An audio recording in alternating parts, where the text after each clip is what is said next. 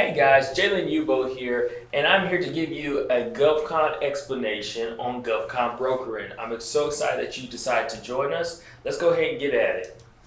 So, what is brokering government contracts? Number one, what are government contracts? So, if you're joining me for the very first time, a government contract is simply a procurement vehicle of how the government buys services and supplies. And so, I'm going to show you how you can win a government contract, be able to fulfill on that government contract, get paid on that government contract without ever seeing those goods or services that you rendered. So, let me go and show you how you do that. And this process is called brokering government contracts, okay? So here in the center, we're gonna make a little house here. And this little hut is gonna be the government, okay? And just if you forgot, this is called a GovCon broker, okay? GovCon standing for Government Contractor, okay, or GovCon for short. So you have your government in the center. So this is the government agency that's looking to buy or procure. Over here on your left-hand side, won't switch up markers. Over here on the left-hand side, you're going to have your agency or firm. So we'll say your company.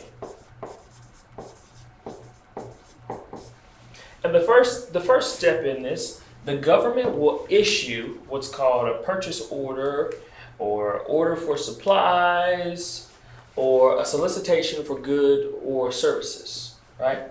So they'll put out and say, hey, we want certain supplies. So let's say it's toilet paper.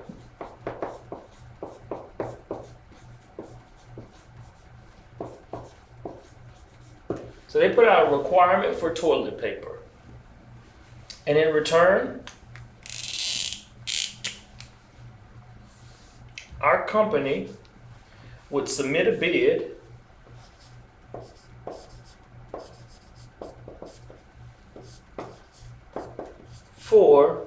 to provide the government with toilet paper. Now, we get a message back, hey, you are the best company for the job, you have a great price, you have great past performance, we want to move forward with your company.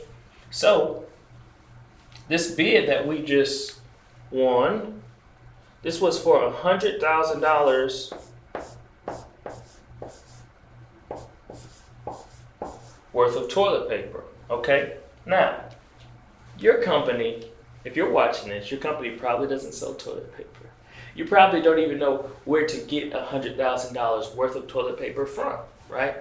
So what do we do? What does a GovCon broker do? They broker out the contract, or simply they sell the contract to a smaller company, which we call a subcontracting company, and that subcontracting company actually performs the work. So they either produce the good or they fulfill the service, okay?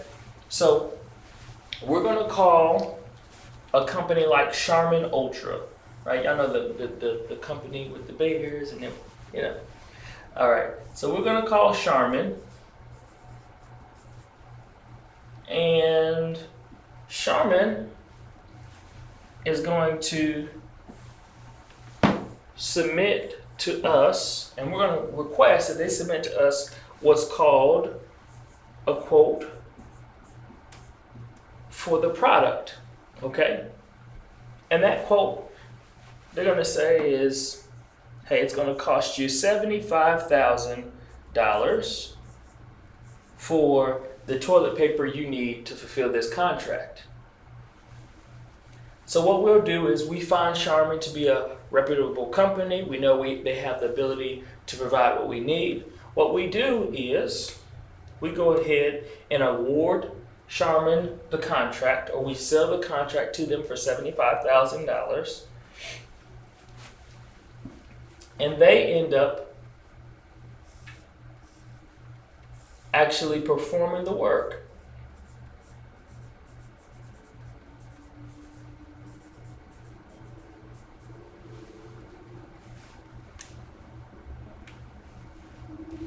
So after the quote has been issued, after the work has been performed, they'll send us an invoice saying, hey, we've delivered to the government for all the toilet paper you needed. Here's an invoice for the $75,000 we told you it would cost. And we will remit back to them the $75,000. But hey, before we get too excited, we hadn't gotten paid yet. So after the work is performed, the government will issue out payment. So our company submits an invoice to the government first, saying, hey, you guys have your toilet paper, we want to get paid. The government says, yes, we do have our toilet paper, we thank you. Now we can wash our bums. And they pay us the original $100,000 we agreed upon. So now our company is $100,000 richer. But don't forget, we have an outstanding invoice with Charmin. So we have to pay this invoice. And what our company will do is we'll remit them the $75,000. I'm gonna cut through that. We'll remit them the $75,000 from our initial $100,000. And so we're left with a profit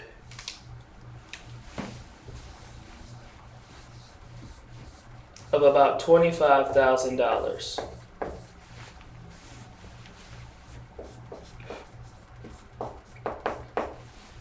And this profit has been generated through little to no work of our own. We didn't have to actually produce the toilet paper. We didn't have to ship it from our facilities. We didn't have to go and get a warehouse and accrue all types of overhead expenses.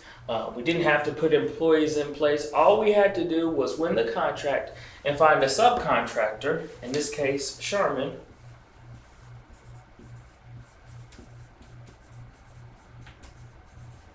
and sell the contract to them for less, right? And the difference, we were able to profit as a company. So that is how you become a GovCon broker, and that's how you broker a government contract. Now, just for some notes, you want to remember, number one, always go with the best. Always go with the best subcontractor, right? Because this subcontractor has the ability to make or break your government contract and your relationship with the government. You want to make sure you're putting the best subcontractor on the job to make sure that they fulfill the job time and time again too.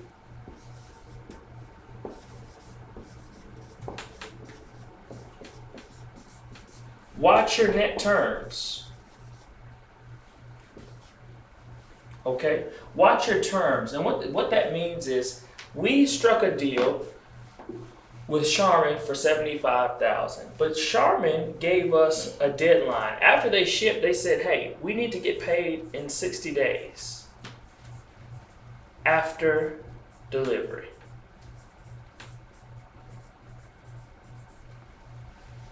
Okay, so make sure you watch your net terms.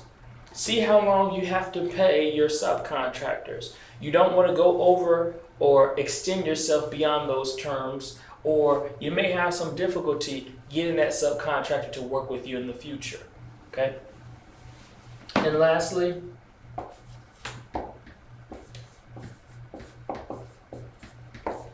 enjoy the process. Hey, this is a really fun and cool process that you can go through. Make sure you enjoy the process. Learn as much as you can. Make relationships and good relationships with good subcontractors. So whereas if you have contracts in the future, you have the ability to go back and partner with them and secure more government contracts. Hey, this is Jalen Ubo saying thank you guys for watching. I really appreciate it. We hope you come back and join us soon. Bye-bye.